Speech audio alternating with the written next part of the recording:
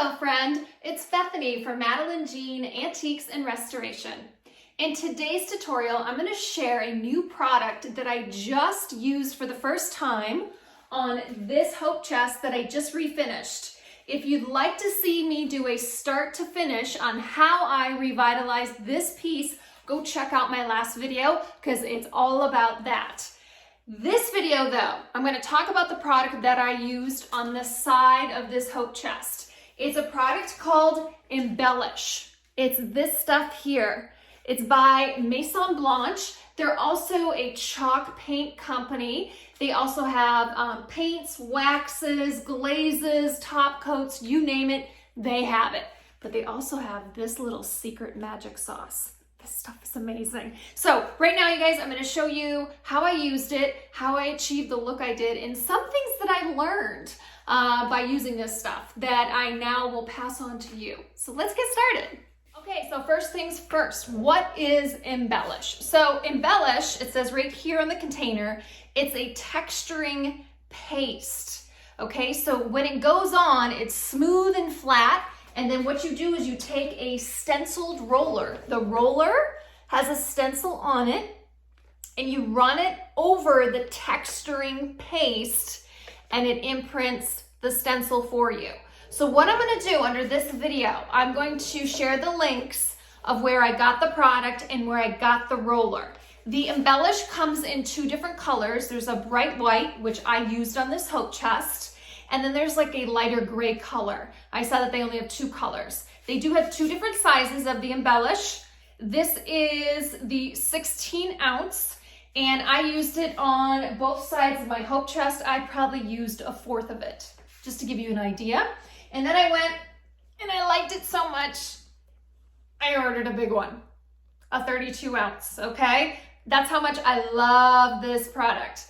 And then they also have a whole bunch of different rollers, a whole bunch of different stencils. They have a leopard print, they have a snake skin, they have stripes, they have little daisies. They have so many different choices. Probably, I'm gonna say maybe 20 different rollers. So my first roller that I got, it's called the Sunflower. It's the one that I did on the hope chest. It has a big flower in the middle of it and then just some really pretty scrolls. And then the new one that I ordered has smaller flowers and some pretty scroll work as well. I believe both of these are 6 inches and if I can get it open, I like to really tighten my lids as you can see.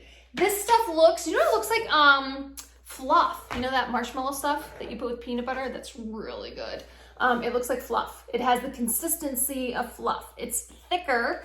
What you're doing with this stuff, you are putting it on a piece of furniture, and what you're then doing is you are running a stenciled roller across it. Now, when I first got this stuff, I thought, oh, I'm dipping the roller in this, and then I'm taking it to the piece of furniture. Nope. You are first putting this stuff on the surface that you want to embellish. Then you're running your stencil across the surface to make the imprint come alive. Okay, I just told you about the product, where you can order it, and all the different varieties that they offer. Now I'm going to talk about how you apply it. So this last project that I did, this hope chest, I would advise you to check out my last video where I do a start to finish on how I restored this piece. It might give you an idea of how I achieved the look, and it also includes a time-lapse video of me applying the Embellish on both sides of this hope chest. Here's my advice. I would set your piece of furniture upright so gravity is working with you, not against you. So if I put the Embellish on right now, just as is, if the hope chest was like this, I have a feeling that the Embellish product would maybe start to slide down. It wouldn't drip because the product is pretty thick, but I think you would get the best results if you kept your project flat. So if you have dresser drawers, take them out of the dresser, flip it and just do it like that. You're gonna wanna let your project sit overnight.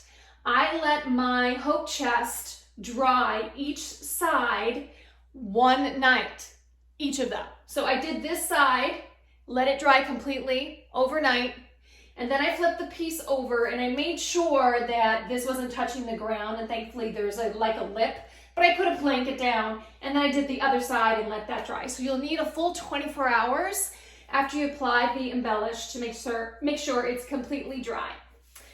Here's the only con that I ran into. The next morning when I checked on the hope chest, the embellish, I noticed it almost changed to like a darker hue, almost like, I'm not gonna say a light gray, but like an off-white would be the best description.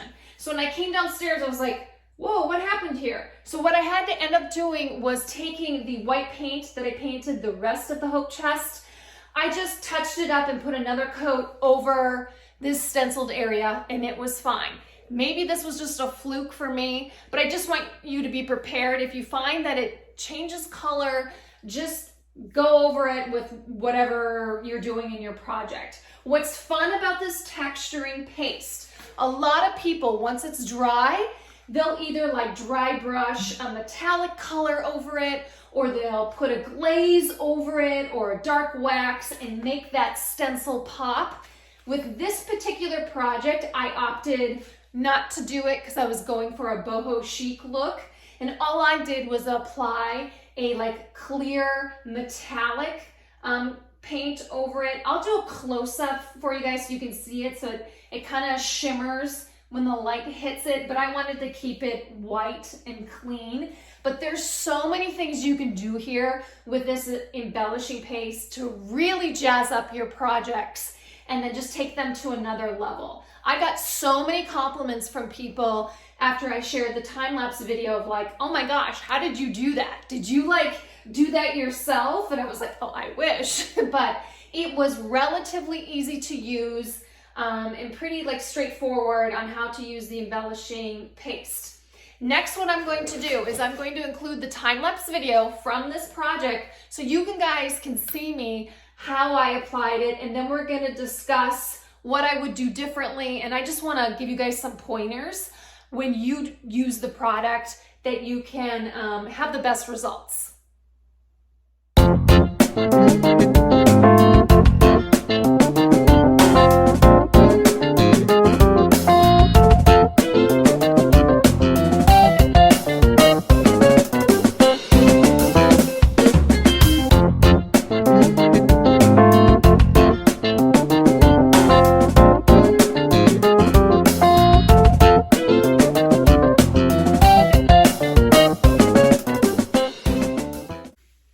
Okay guys, you just took a look-see at the time-lapse video. Did you notice what I used as a tool? I used a kitchen spatula. That's all I had around my house to flatten out the embellish product, and it worked just fine.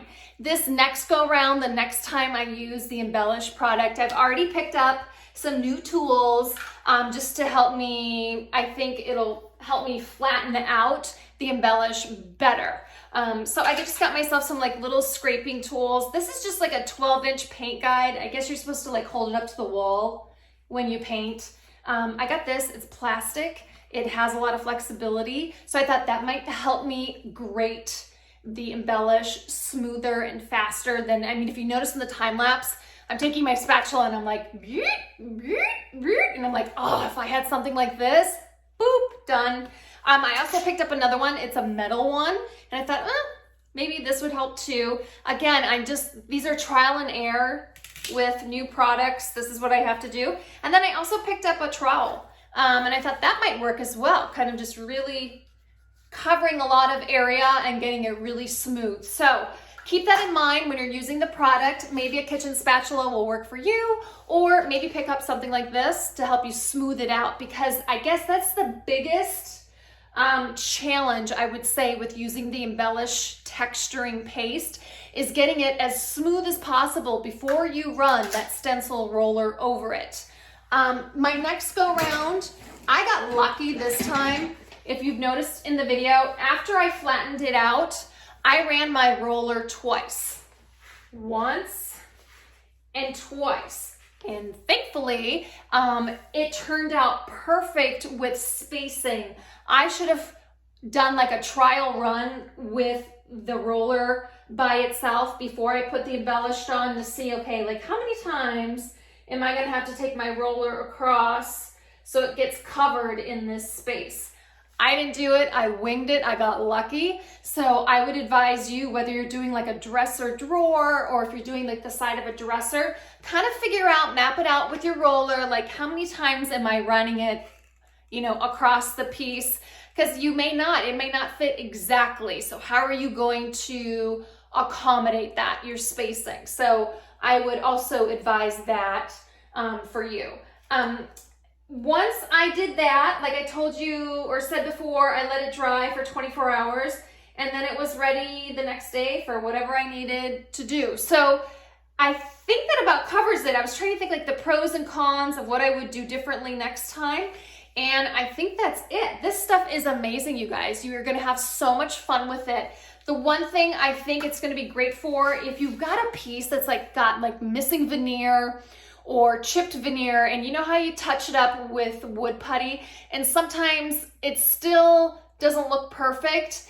I feel like with the embellishing texturing paste, it's a good camouflage that you could use over, just say like a drawers. Because a lot of times, you know this, you get an antique piece of furniture, vintage piece, and the drawers sometimes are like so beat up. You can't sand and stain them. The wood is in terrible condition, and you just kind of get bored with just painting it.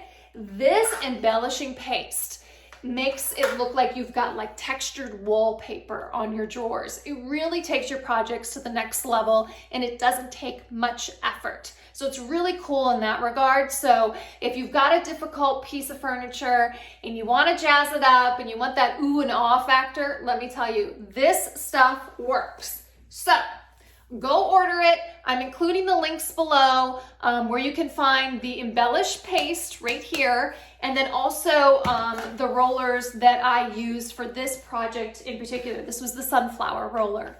I'm gonna include those links below, and then I'm just gonna give you guys a close-up. I mean, it's super cool, it's dry now, and it's really fun, and I just can't wait to use it again on another project. Guys, that concludes this tutorial on how to use the embellished texturing paste. Thank you so much for joining me, and if you guys have any comments or questions, please drop them in the comments section. I'm happy to help you any way I can. I try to answer any questions you may have rather quickly. And please follow me on my other social media accounts. You can find me on Facebook, and that's at Madeline Jean Antiques and Restoration. Biscuit. And then you can also find me on Instagram, and that's at Bethany.Youssef. Thank you so much for joining me, and Biscuit and I, what do we say? It's been a while since you've done a sign off. You gonna say toodaloo? Yeah? You gonna say toodaloo? Mom, let's go to bed. It's late. I know it's late. All right, you guys, till next time. Bye.